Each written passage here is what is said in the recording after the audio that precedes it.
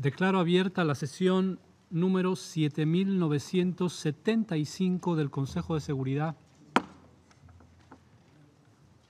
En el orden del día provisional para esta sesión figura el siguiente tema: la situación en Mali. Queda aprobado el orden del día.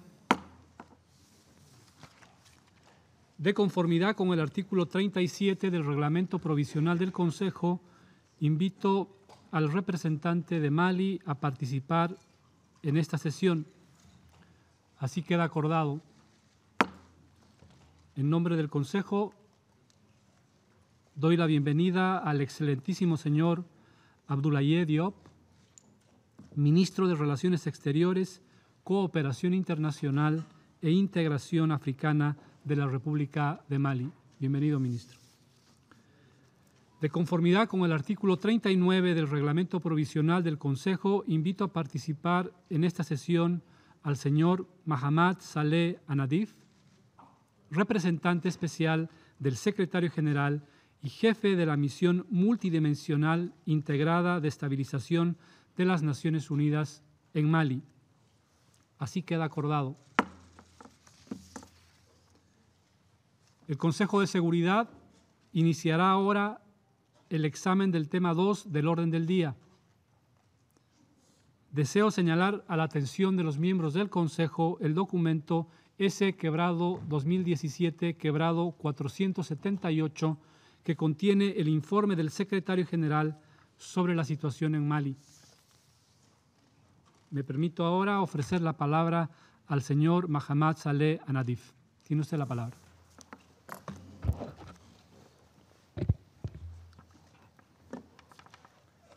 Monsieur le Président, Mesdames, Messieurs les ambassadeurs, Excellences, Monsieur le ministre Diop, ministre des Affaires étrangères, de l'intégration africaine et de la coopération internationale, c'est toujours un honneur et un plaisir pour moi de m'adresser à votre auguste conseil en tant que représentant spécial du secrétaire général au Mali et chef de la MINUSMA. Cette rencontre se tient un an jour pour jour après nos discussions de l'année dernière sur le renouvellement du mandat de la MINUSMA et qui ont abouti à l'adoption de la résolution 2295.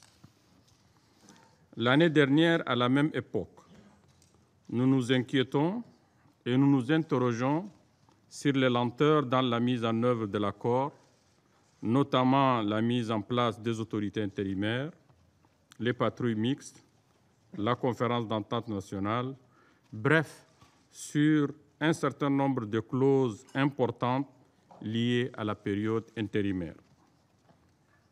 Malgré les régulières réunions du comité de suivi de l'accord, l'atmosphère l'année dernière était caractérisée par un déficit de dialogue entre les parties signataires. La présente rencontre se tient à la veille du 20 juin 2017, qui est aussi la date du 2e anniversaire de la signature de l'accord pour la paix et la réconciliation issu du processus d'Alger. Cette réunion intervient surtout à la veille de la fin de la période intérimaire du dit accord, mais on peut dire qu'elle intervient dans un contexte réellement apaisé comparé à celui de l'année dernière. Comme souligné dans le rapport du secrétaire général qui vous est soumis, les derniers mois ont enregistré des progrès tangibles, importants dans la mise en œuvre de l'accord. Grâce aux bons offices de la médiation internationale, de la MINUSMA, et surtout grâce aux concertations permanentes entre les parties maliennes elles-mêmes, autour du haut représentant du président de la République, il est à constater, pour s'en réjouir et s'en féliciter. Premièrement, que la conférence d'entente nationale s'est tenue dans de bonnes conditions et la charte pour la paix, l'unité et la réconciliation est en voie d'élaboration. Deuxièmement, les autorités intérimaires ont été installées dans les 5 régions concernées, même si leur cadence de travail est différente d'une région à une autre. les différents mécanismes opérationnels de coordination et les patrouilles mixtes sont sur les rails. Il n'y a plus à ce stade de blocage politique, mais plutôt de considérations d'ordre technique. Quatrièmement, le processus de la réforme du secteur de sécurité, qui est un maillon extrêmement important pour la réforme des armées maliennes, ainsi que celui de désarmement, démobilisation et réintégration se poursuit, mais le rythme est encore lent. Ce sont autant d'évolutions positives qui s'ajoutent aux différentes réformes institutionnelles et politiques, et elles sont nombreuses, qui sont à mettre au crédit du gouvernement. Elles permettront sûrement un redéploiement progressif des démembrements de l'État et se traduiront dans les faits, de manière très concrète, les dividendes de la paix en faveur des populations des régions concernées. Monsieur le Président, Mesdames, Messieurs, toutes ces évolutions positives risquent toutefois d'être annihilées par la tension qui existe malheureusement depuis un certain temps entre la CMA et la plateforme et qui s'est transformée en un conflit communautaire dont les populations civiles en sont les principales victimes. Une mise en garde sévère de la part de votre Conseil mérite d'être adressée aux responsables militaires et politiques de ces deux mouvements pour mettre une fois pour toutes un terme aux tueries des populations innocentes et désarmées. La MINUSMA, pour sa part, fait tout son possible pour protéger ces populations, mais use aussi de ses bons offices pour arrêter ce conflit fratricide et réconcilier le protagonisme, évidemment en concertation permanente avec les autorités maliennes. Ces pratiques font malheureusement les lits des terroristes et autres extrémistes qui se renforcent de plus en plus, tant au niveau de leur mode opératoire qu'au niveau de la sophistication du matériel utilisé. Plus grave, ils étendent leur zone d'action et leur influence. Monsieur le Président, Mesdames, Messieurs, comme vous le savez, depuis un certain temps, la région du centre est également devenue une source de préoccupation. Comme annoncé dans le rapport du secrétaire général, le gouvernement de la République du Mali a mis en place un plan de sécurisation intégré des régions du centre. Il y a lieu de saluer et d'accompagner cette initiative promoteuse qui est un outil important que la MINUSMA, en partenariat avec la communauté internationale, entend soutenir pour faire face à l'insécurité rampante au centre, notamment à Mopti et ses environs. C'est dans cet esprit que la MINUSMA ambitionne de renforcer sa présence dans cette région dans le cadre d'une approche intégrée et multidimensionnelle en partenariat avec d'autres acteurs importants tels que l'Union européenne. Le déploiement prochain de la force de réaction rapide fait partie de ces dispositifs. Mais le plus important, c'est de faire en sorte que l'État soit présent et encore plus fort dans cette région du centre. Monsieur le Président, Mesdames, Messieurs, la résolution 2295 a donné un mandat robuste à la MINUSMA. Grâce à ce mandat, nous avons pu réajuster nos règles d'engagement. Ceci nous a permis d'intensifier nos patrouilles et d'anticiper certaines menaces en menant des opérations proactives et préventives pour la protection des populations civiles ainsi que du personnel des Nations unies. L'autre innovation de la résolution 2295, c'est le soutien aux forces de défense et sécurité maliennes que la MINUSMA doit fournir. Certes, nous évoluons dans un contexte budgétaire difficile, mais il est primordial de concrétiser ce soutien car la montée en puissance des forces de défense et sécurité en dépend, ainsi que celui du déploiement de l'administration malienne. Les légitimes attentes exprimées de part et d'autre pour un renforcement du rôle de la MINUSMA au regard de l'évolution de la situation politique et sécuritaire implique une révision de nos priorités.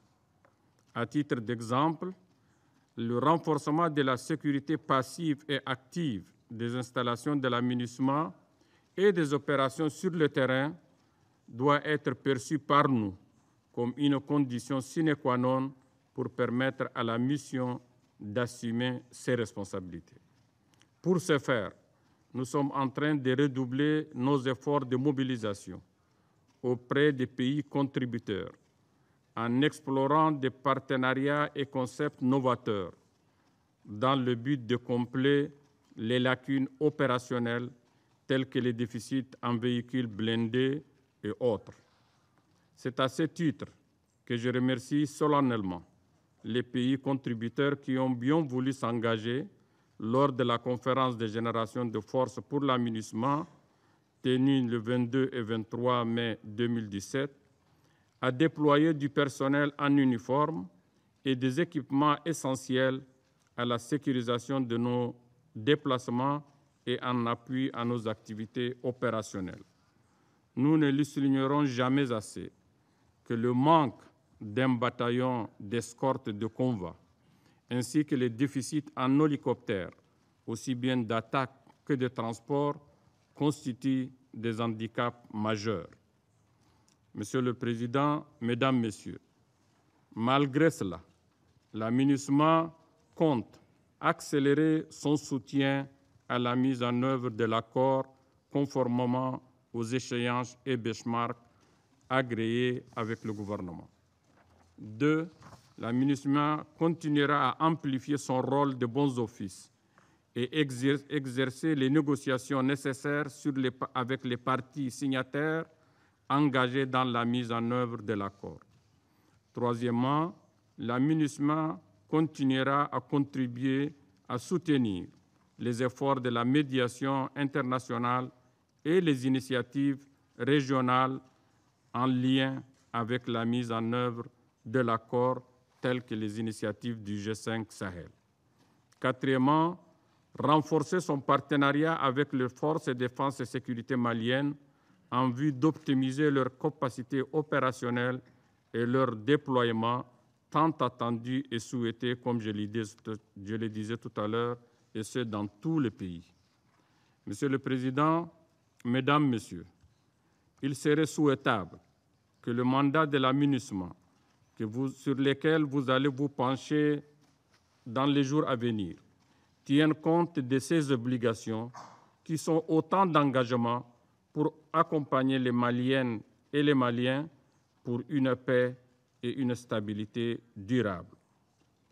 Les femmes et les hommes de la MINUSMA, au nom desquels je parle aujourd'hui, sont pleinement engagés et sauront être à la hauteur de la confiance que votre Conseil a placée en eux. Monsieur le Président, Mesdames, Messieurs, je vous remercie por votre aimable atención.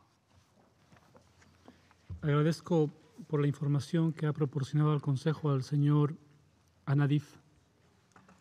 Me permito ahora ofrecer la palabra a los miembros del Consejo que deseen formular declaraciones. Ofrezco la palabra a la distinguida representante de Uruguay. Muchas gracias, señor presidente. Agradezco también al representante especial y jefe de la MINUSMA, señor Mahamat Saleh Anadi, por su completa presentación, y al canciller de Mali, señor Abdoulaye Diop, por su presencia en sala. Señor presidente, Uruguay reconoce los esfuerzos del gobierno de Mali para avanzar en el proceso de paz. Sin embargo, son preocupantes las violaciones al alto al fuego registradas en el último periodo.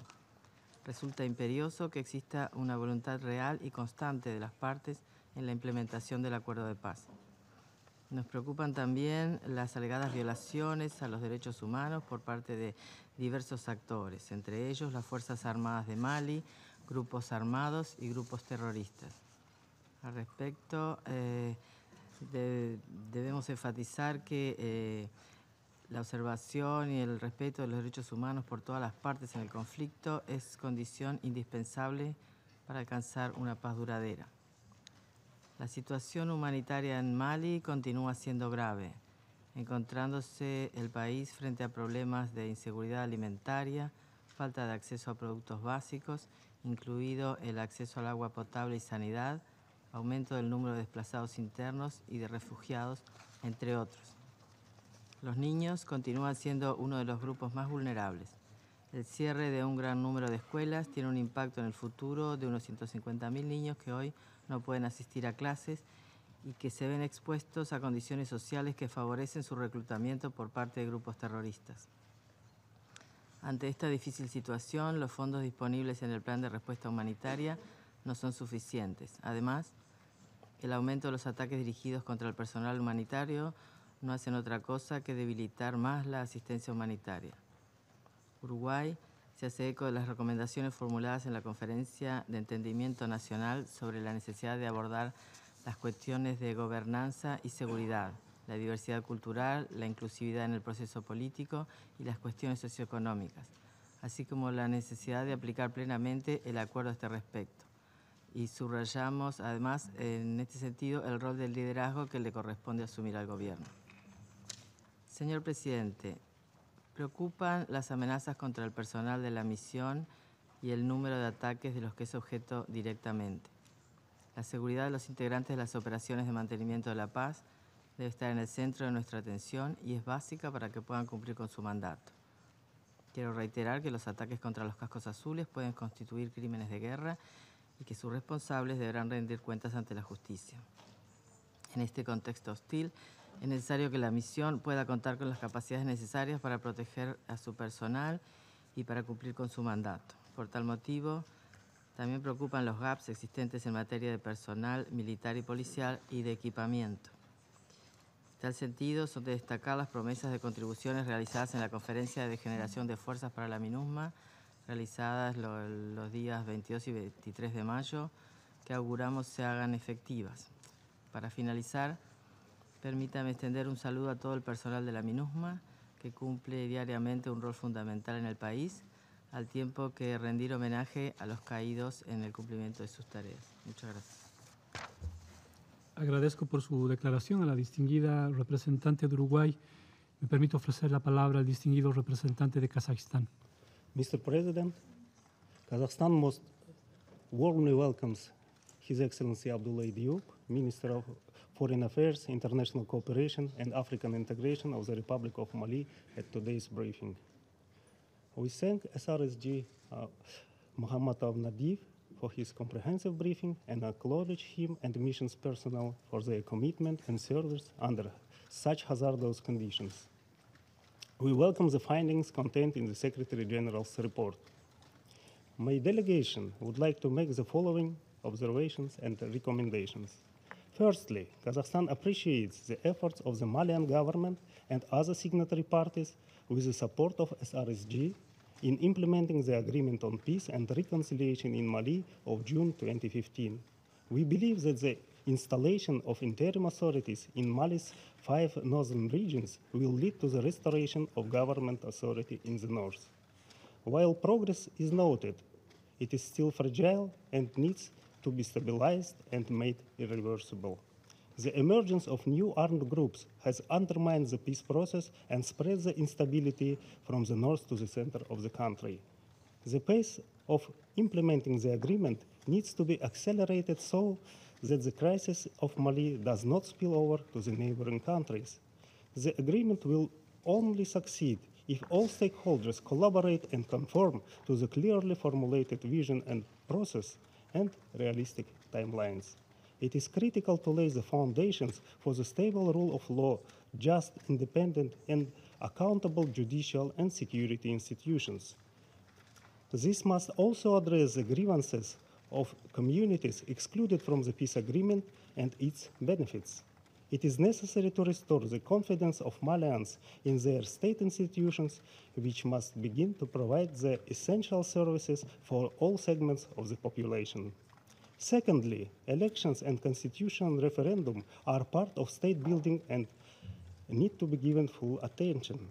The nation's aspirations for peace and stability must be supported by the African Union and the UN, especially in implementing the outcomes of the Conference of National Accord and drafting process of the Charter for Peace, Unity, and National Reconciliation.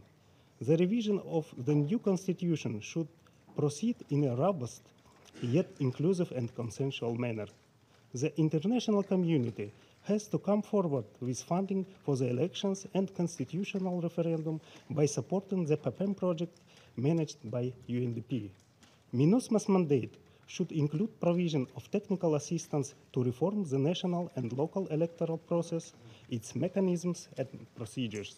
It is equally important that the ministerial nominations comply with the 30% quota for the representation of women as was stipulated on 18th of December 2015. Thirdly, the cooperation with regional actors must be intensified to support Mali overcome its vulnerabilities and go on the path of stability. The investments and efforts of African Union, ECOWAS, European Union, and the Sahel countries need to be augmented considerably to strengthen border security and the capabilities of the Malian security forces, especially in the areas of training and financial and technical assistance. In order to fight the threats facing Mali, including terrorism and transnational crime, the Council should enhance partnership with the African Union and Bahrain forces and provide the necessary support to the G5 Sahel Joint Force. At the same time, there can be no durable peace without an effective DDR program, which must be adequately funded so as to reintegrate ex-combatants and prevent their lapse into violence. Fourthly, the capabilities of MINUSMA is a key consideration in light of its asymmetrical standards. Mali is one of the most dangerous countries for its own national forces, regional and international peacekeepers, civilians, and humanitarian workers. We join others in strongly condemning the violent attacks perpetrated by terrorist groups against them. We salute them for their bravery and unsurpassed commitment and honor those who sacrifice their lives for the cause of peace. Finally, Mr. President, in light of the deteriorating security situation in northern and central Mali and the escalated inter-ethnic violence, the Council last year reinforced the mandate of MINUSMA, backing it with the necessary capabilities and up to 2,049 additional troops. However, the relevant provisions of the resolution are still not implemented because of the gaps in operational capabilities, which must be bridged if it is not effectively fulfill its mandate. We also need more deterrence and pre-deployment preparedness of contingents. At the same time, more predictable military assets are necessary. We therefore welcome commitment from TCC and PCC countries to address current gaps made at the Fourth Generation Conference held in New York last month. I thank you. Agradezco por su declaración al distinguido representante de Kazajistán. Ahora formularé una declaración en mi calidad de representante del Estado Plurinacional de Bolivia. Bolivia saluda y agradece el informe del representante especial del secretario general Mohamed Saleh Anadif respecto a la situación en la República de Mali. Asimismo, se permite dar la más calurosa bienvenida y saludar la presencia en esta sesión del ministro de Asuntos Exteriores y de la Cooperación de Mali, excelentísimo señor Abdoulaye Diop. Bolivia saluda el trabajo del representante especial del secretario general para Mali y de la MINUSMA por los esfuerzos en pro de alcanzar la paz y estabilidad duraderas en ese hermano país. Saludamos también la cooperación de los países que aportan con contingentes militares y policiales a la MINUSMA. Expresamos nuestro reconocimiento al personal de mantenimiento de la paz que pone en riesgo su vida y rendimos un homenaje a los que han perdido la vida en el cumplimiento de estas funciones. Manifestamos preocupación por la falta de capacidades y recursos en la MINUSMA que permitan cumplir con su mandato de manera eficiente y efectiva en un entorno volátil y complejo, que además incluye amenazas asimétricas que ponen en riesgo el proceso político de paz, a los miembros de la misión y a la población civil en Mali.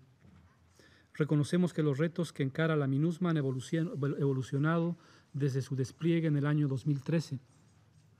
La misión no solo enfrenta la violencia de los grupos armados, sino que además debe repeler la amenaza creciente de grupos terroristas. De acuerdo al último informe del secretario general, los elementos violentos y terroristas han llevado a cabo 105 ataques en contra de las fuerzas de defensa y seguridad malienses, 76 ataques en contra de la MINUSMA y 20 en contra de las fuerzas francesas desde junio del 2016. A su vez, se reportó que fueron asesinados 8 miembros de la misión de paz y 131 miembros de las fuerzas de Mali, habiendo resultado heridos otros 176 debido a los ataques. Las amenazas asimétricas se han acrecentado con métodos de guerra cada vez más complejos y sofisticados, artefactos explosivos improvisados, minas antipersona, morteros y misiles que han puesto de manifiesto la necesidad de ajustar a la MINUSMA a estos difíciles retos. Por otro lado, la situación humanitaria en el centro y norte del país ha seguido en detrimento. Un total de 3,8 millones de personas están en riesgo de inseguridad alimentaria a consecuencia de la sequía y la situación de constante violencia. Se han identificado alrededor de 1,2 millones de personas que tienen acceso limitado al agua y a servicios básicos. La inseguridad ha elevado el número de desplazados en el último periodo de aproximadamente 45.800 a 59.000 personas. Distinguidos colegas, a 2 años de la firma del Acuerdo para la Paz y la Reconciliación en Mali, reconocemos avances en la búsqueda de la consolidación de la estabilidad a través del diálogo político e inclusivo. La Conferencia para el Entendimiento Nacional, llevada a cabo entre el 27 de marzo y 2 de abril de este año en Bamako, es un claro ejemplo. Participaron más de 1.000 representantes de la sociedad civil, mujeres y jóvenes, además de partidos políticos y grupos armados. Valoramos todos los esfuerzos y la voluntad del gobierno maliense en la búsqueda de medios conducentes a la estabilización del país, como ser el llamado a los combatientes a ser reintegrados a las Fuerzas Armadas, la designación de autoridades administrativas interinas en zonas donde existe presencia estatal débil, el nombramiento de un nuevo primer ministro, la conformación de un nuevo gabinete inclusivo con participación de mujeres y la actualización del padrón electoral en el marco de los preparativos de las futuras elecciones presidenciales y de autoridades distritales, regionales y legislativas. Dichos esfuerzos van en consonancia con las destacables iniciativas propias de los organismos regionales liderados por el Consejo de Paz y Seguridad de la Unión Africana.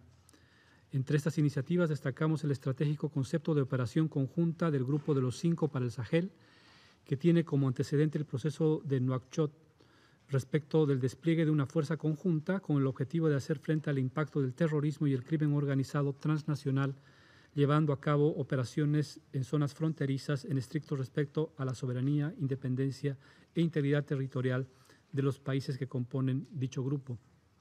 Consideramos, por lo tanto, que es obligación del Consejo coadyuvar activamente con la MINUSMA, pero también con todas las iniciativas regionales y subregionales que beneficien al proceso de estabilización en Mali, impulsando el cumplimiento de los acuerdos alcanzados por las partes a través de la mediación, la diplomacia preventiva y todos los medios reconocidos por la Carta de las Naciones Unidas. Para finalizar, alentamos a todas las partes y a la comunidad internacional en general a seguir coadyuvando con apoyo técnico, cooperación económica y humanitaria para alcanzar la estabilidad y paz definitiva en Mali mediante un proceso de desarme, diálogo, reconciliación y reintegración. Muchas gracias por su atención.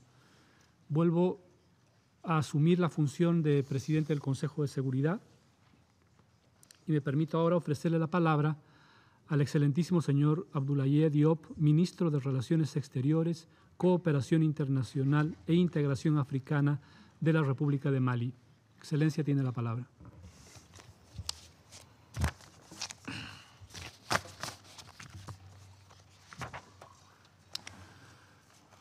Merci beaucoup, Monsieur le Président. Mesdames, Messieurs les membres du Conseil, Monsieur le Président, je voudrais tout d'abord vous adresser toutes nos félicitations pour l'ascension de l'État pluriannuel de Bolivie à la tête du Conseil de sécurité des Nations Unies pour le mois en cours, mais aussi profiter de cette occasion pour exprimer également notre appréciation du travail remarquable qui a été accompli par l'Uruguay au cours du mois dernier.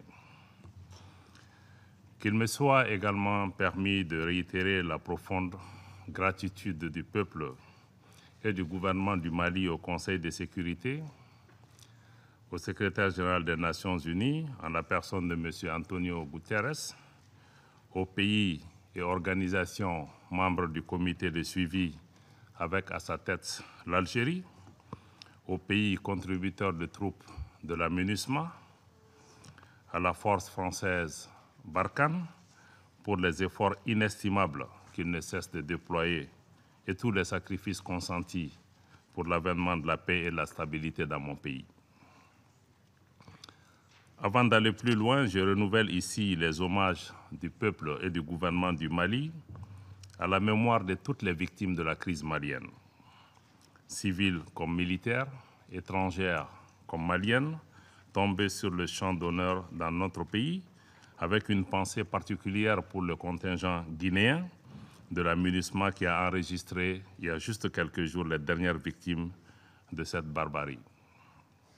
J'adresse nos vœux ardents de prompt rétablissement à ces blessés. Monsieur le Président, Mesdames, Messieurs les membres du Conseil, la délégation du Mali prend note du rapport du secrétaire général sous examen et remercie notre frère Mohamed Saleh Anadif, le représentant spécial du secrétaire général des Nations Unies au Mali et chef de la MINUSMA, et aussi pour sa présentation, mais également pour la qualité du travail accompli à nos côtés. Au moment où nous bouclons les 2 ans de la signature de l'accord pour la paix et la réconciliation au Mali issu du processus d'Alger, je voudrais me réjouir de ce que le secrétaire général lui-même, M. Antonio Guterres, reconnaisse le leadership et l'engagement personnel de son Excellence M. Ibrahim Boubacar Keïta, président de la République du Mali, chef de l'État, dans la mise en œuvre de cet important accord. En effet, le Mali vient de loin. Et sous l'autorité du président de la République, le gouvernement a consenti d'énormes efforts pour arriver au progrès important constaté, avec la coopération naturellement de toutes les parties signataires, mais aussi de l'appui de nos partenaires bilatéraux et multilatéraux. Monsieur le Président, je ferai ici l'économie de la liste des mesures prises et des actions concrètes engagées par le gouvernement du Mali dans la mise en œuvre de l'accord pour la paix et la réconciliation, car j'estime que votre Conseil est suffisamment informé et après l'écoute du rapport du secrétaire général sur tous ces développements. Ces derniers mois, comme cela ressort du tableau des critères de mise en œuvre de l'accord appelé benchmark et annexé au présent rapport, qui a été validé le 28 mai 2017 par le gouvernement et la MINUSMA, il est reconnu que des progrès majeurs ont été enregistrés dans le processus de paix. Aujourd'hui, à la date d'aujourd'hui, les autorités intérimaires et les collèges transitoires sont opérationnels dans les 5 régions du Nord, à l'exception de Kidal, où des difficultés dites d'ordre technique persistent encore. Concernant les patrouilles mixtes, le gouvernement du Mali, malgré la modicité de ses moyens, s'emploie à la pleine opérationnalisation du mécanisme opérationnel de coordination appelé MOC. L'État du Mali assure également notamment les moyens logistiques de différentes natures pour les bataillons prévus, une prise en charge sanitaire des éléments de ce programme et même des allocations en cas de décès pour les ayants droit des victimes. Aussi, le gouvernement a saisi l'occasion de la tenue de la 18e session du comité de suivi de l'accord qui s'est tenu à Bamako le 5 juin pour présenter aux partenaires les aspects à la fois techniques et logistiques pour l'opérationnalisation du MOC, le mécanisme opérationnel de coordination de Kidal, dans les plus brefs délais. S'agissant de la suite réservée aux recommandations des travaux de la conférence d'entente nationale, comme vous l'avez vous-même souligné tout à l'heure, Monsieur le Président, qui s'est tenue du 27 mars au 2 avril, il me plaît de vous annoncer que l'avant-projet de la Charte pour la paix, l'unité et la réconciliation nationale, ainsi que l'avant-projet de la cartographie des terroirs du Mali ont été finalisés par la commission spéciale instituée à cet effet. En ce qui concerne le processus de révision de la Constitution, je suis heureux de vous informer que l'Assemblée nationale du Mali, après plusieurs jours de débats intenses et constructifs, a adopté le 2 juin le projet de loi relatif soumis par le gouvernement. Le texte adopté comporte des innovations majeures qui confortent la démocratie malienne et il prend en compte les dispositions pertinentes de l'accord pour la paix et la réconciliation issu du processus d'Alger, notamment en ce qui concerne la mise en place d'une seconde chambre appelée Sénat. Ce projet de loi sera soumis au référendum le 9 juillet prochain. Le gouvernement du Mali mettra tout en œuvre pour la tenue de cette consultation référendaire dans les meilleures conditions possibles. Parallèlement, le gouvernement poursuit la fourniture des services sociaux de base aux populations et les activités de relance de l'économie là où les conditions de sécurité le permettent. En ce qui concerne les perspectives pour la mise en œuvre de l'accord, je puis vous donner l'assurance quant à la poursuite, au-delà du 20 juin, deuxième anniversaire de la signature de l'accord, du travail des autorités intérimaires qui seront notamment impliquées dans l'organisation du référendum, les élections communales et régionales selon le calendrier fixé par le gouvernement. Le gouvernement poursuivra également ses efforts dans le cadre du processus de cantonnement et de DDR, la réforme du secteur de sécurité, l'opérationnalisation effective des patrouilles mixtes, tout comme la fourniture des dividendes de la paix aux populations affectées par la crise. On peut donc affirmer que le processus de paix au Mali est dans une dynamique positive, grâce au retour progressif de la confiance entre toutes les parties prenantes maliennes. Cependant, ces acquis encore fragiles ne doivent pas faire perdre de vue les défis réels et multiples auxquels le processus de paix au Mali est confronté. Au nombre de ces défis, vous l'avez également souligné, l'insécurité liée aux activités des groupes terroristes, mais aussi les questions liées à la mobilisation des ressources financières pour la mise en œuvre effective et intégrale de l'accord. À cet égard, je voudrais lancer un appel au nom du gouvernement du Mali à tous les partenaires afin qu'ils honorent les engagements pris en faveur du processus de paix et de développement du Mali.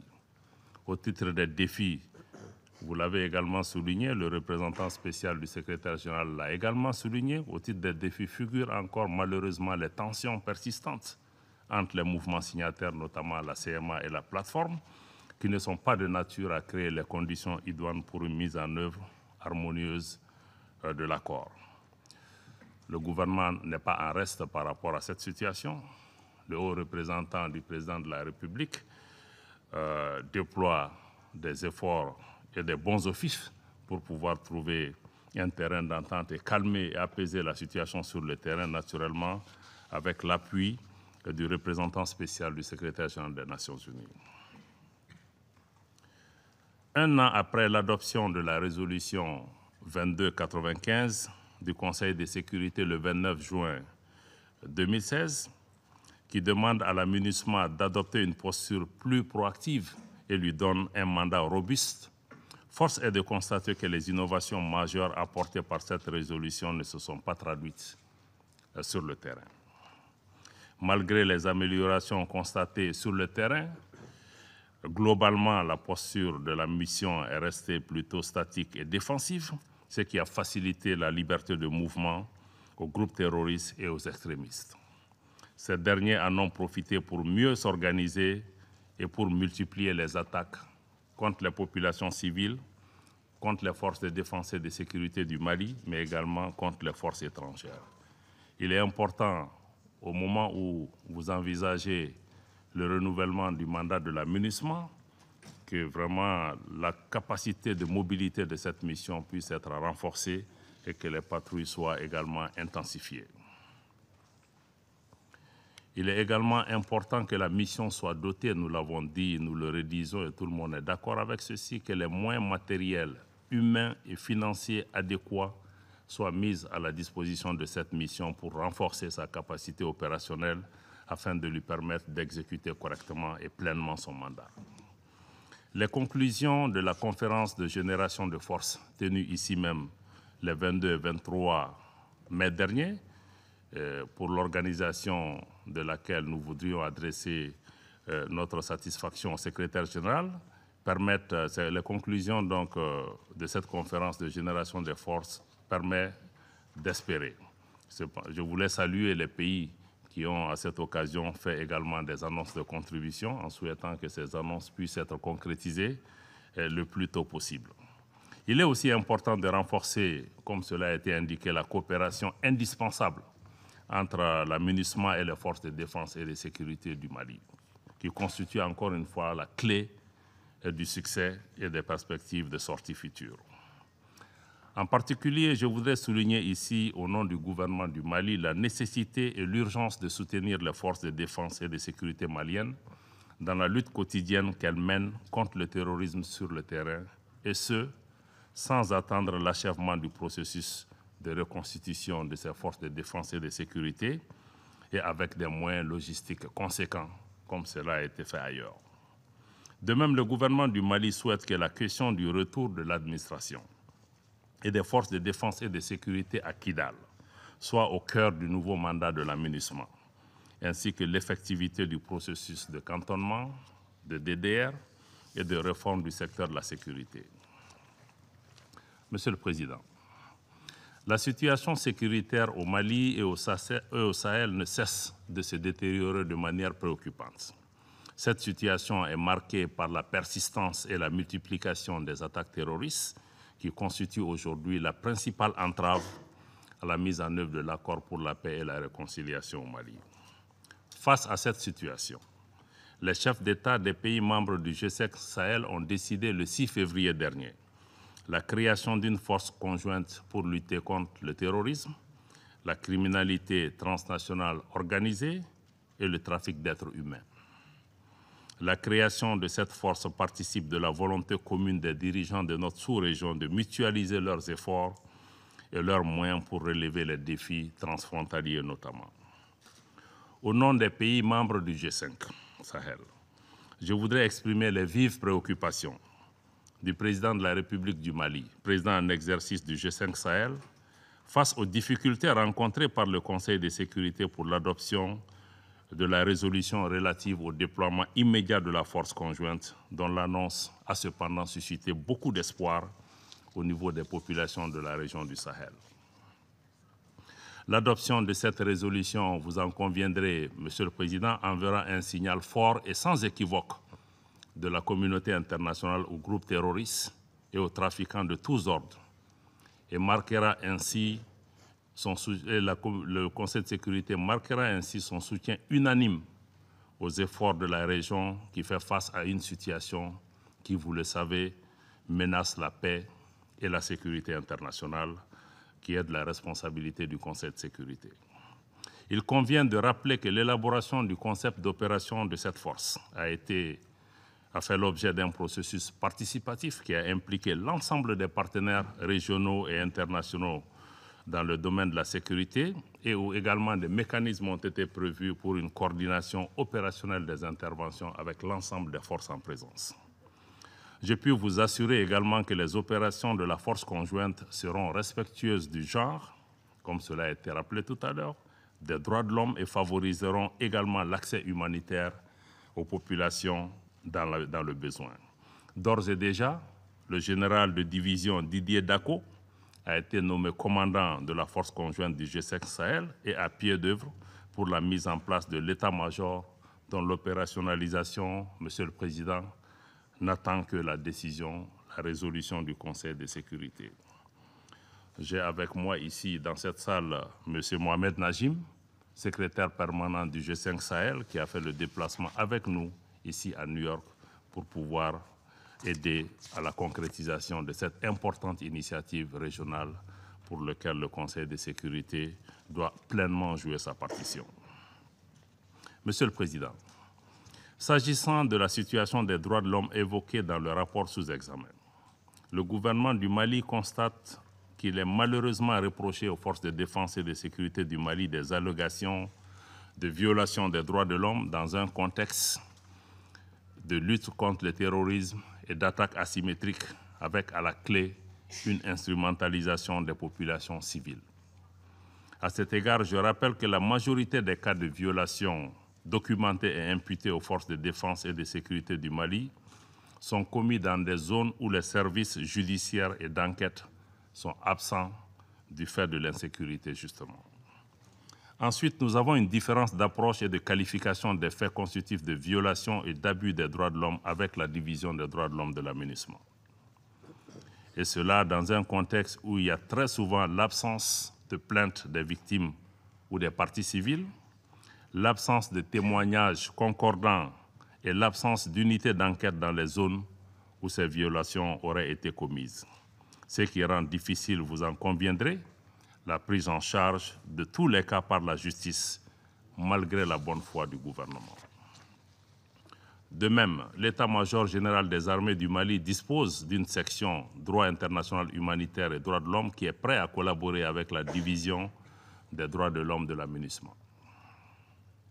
En tout état de cause, je puis vous assurer que tous les cas de violation signalés et documentés font systématiquement l'objet d'une enquête et le cas échéant de sanctions conformément à la réglementation en vigueur. Le Mali a ratifié la quasi-totalité des instruments juridiques internationaux relatifs aux droits de l'homme. Le Mali reste totalement engagé pour la défense et la promotion des droits de l'homme. Monsieur le Président, pour conclure, je voudrais réitérer l'engagement du gouvernement du Mali, sous l'autorité du président de la République, à poursuivre et à intensifier la mise en œuvre de l'accord pour la paix et la réconciliation au Mali issu du processus d'Alger. J'appelle d'une part, comme cela a été dit tantôt, au renforcement des moyens et capacités de la MINUSMA pour lui permettre d'accomplir efficacement sa mission, d'autre part à une coopération plus renforcée entre la MINUSMA et les forces de défense et de sécurité du Mali, afin d'aider notre pays à rétablir son autorité sur l'ensemble de son territoire national, condition sine qua non pour une sécurisation et une stabilisation durable du pays.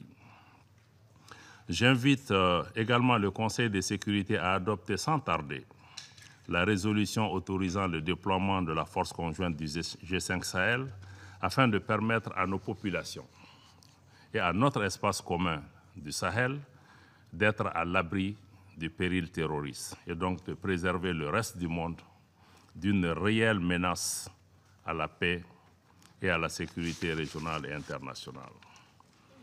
Monsieur le Président, avant de terminer, je voudrais pouvoir indiquer que la paix au Mali et la stabilité au Sahel doivent être envisagées par le Conseil de sécurité de manière holistique et dans le cadre d'un paquet global reposant sur 4 piliers essentiels qui se tiennent et se renforcent mutuellement pour garantir l'efficacité et le succès de nos efforts communs. Le premier pilier, vous en conviendrez, demeure la détermination de la partie malienne à accélérer la mise en œuvre de l'accord pour la paix et la réconciliation au Mali dans le cadre du processus politique convenu et appuyé par la communauté internationale. Le deuxième pilier reste l'action de stabilisation de la MINUSMA dans le cadre d'un mandat renforcé. Le troisième pilier, c'est l'appui que nous recevons de la force française Barkhane dans le cadre de la lutte antiterroriste. Le quatrième pilier sur lequel le Conseil est en train de se pencher est l'opérationnalisation de la force conjointe du G5 Sahel pour prendre en charge la dimension régionale de cette crise. Donc il est important que le Conseil de sécurité puisse agir de façon simultanée sur l'ensemble de ces 4 piliers qui se tiennent et se renforcent mutuellement. Et nous devons, dans le cadre d'une réponse et d'une perspective durable, pouvoir envisager tous ces éléments ensemble pour permettre vraiment de peser durablement sur la situation. Je vous remercie de votre attention. Doy las gracias al excelentísimo señor Diop por su declaración. Al no haber más oradores inscritos en la lista, invito a los miembros del Consejo a celebrar consultas oficiosas para proseguir el examen del tema. Se levanta la sesión.